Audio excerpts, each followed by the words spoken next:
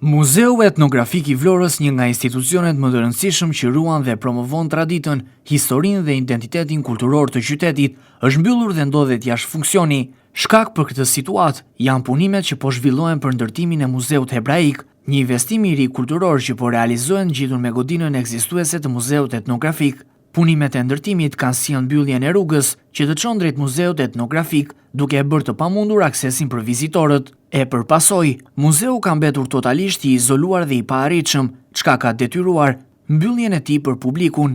Ky zhvillim ka ngjallur reagime dhe shqetësime të shumta, jo vetëm nga specialistë të trashëgimisë kulturore, por edhe nga qytetarët e Vlorës. Kjo mbyllje përbën një humbje të ndjeshme për qytetin, sidomos në një periudhë të rëndësishme si ajo e festave të fundvitit, kur fluksi i turistëve vendas dhe të huaj është më i lartë dhe interesimi për vizitat në muze, si dhe objekteve të trashëgimisë kulturore, është më i madh. Vizitorët që zgjedhin qytetin e Vlorës si destinacion turistik nuk do të kenë më mundësinë të njihen nga afër me zakonet, veshjet tradicionale, objektet e jetesës, si dhe historinë e hershme të qytetit, të cilat tashmë prej vitesh janë të ekspozuara në Muzeun Etnografik. Një tjetër problem madhor është mungesa e informacionit zyrtar mbi afatet e rihapjes së muzeut. Deri më tani, nuk është bërë publike asnjë datë konkrete se kur Muzeu Etnografik do të rifillojë aktiviteti normal. Sipas burimeve jo zyrtare, ka shumë gjasa që muzeu të mbetet i mbyllur deri në përfundimin e plot të punimeve për Muzeun Hebraik, gjë që mund të zgjasë në një periudhë të gjatë kohore. Për te ndikimit në turizëm dhe kulturë, shqetësuese është edhe gjendja fizike e godinës së Muzeut Etnografik. Ndërtesa është shumë e vjetër dhe mbart vlera të veçanta historike dhe arkitekturore.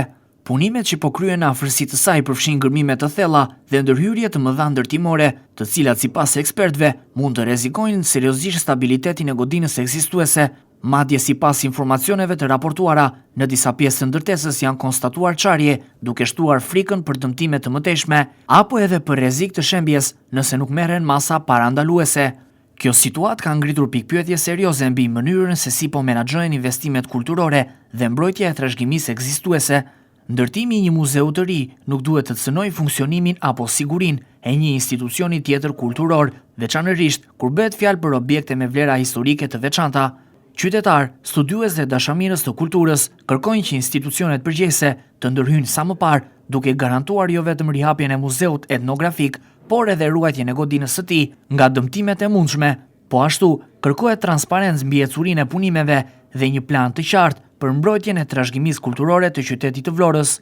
Muzeu Etnografik ka qenë për vite me radhë një pikë referimi për nxënësit, studiuesit, turistë dhe qytetar, duke ruajtur një rol të rëndësishëm në edukimin kulturor dhe ruajtjen e identitetit lokal. Mbyllja e tij, qoftë edhe e përkohshme, përbën një humbje të ndjeshme dhe një alarm për mënyrën se si po trajtohet trashëgimia kulturore në një nga qytetet më të rëndësishme historike të Shqipërisë.